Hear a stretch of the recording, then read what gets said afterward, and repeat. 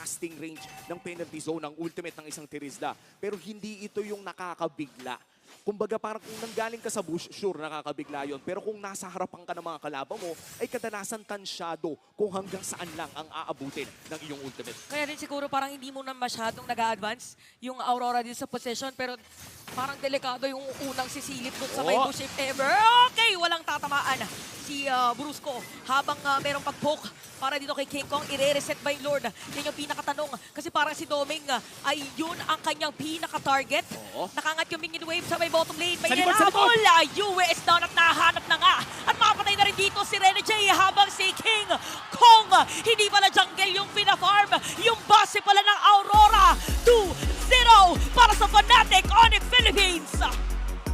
You cannot spell Fnatic Onyx without iconic. Another iconic play coming in from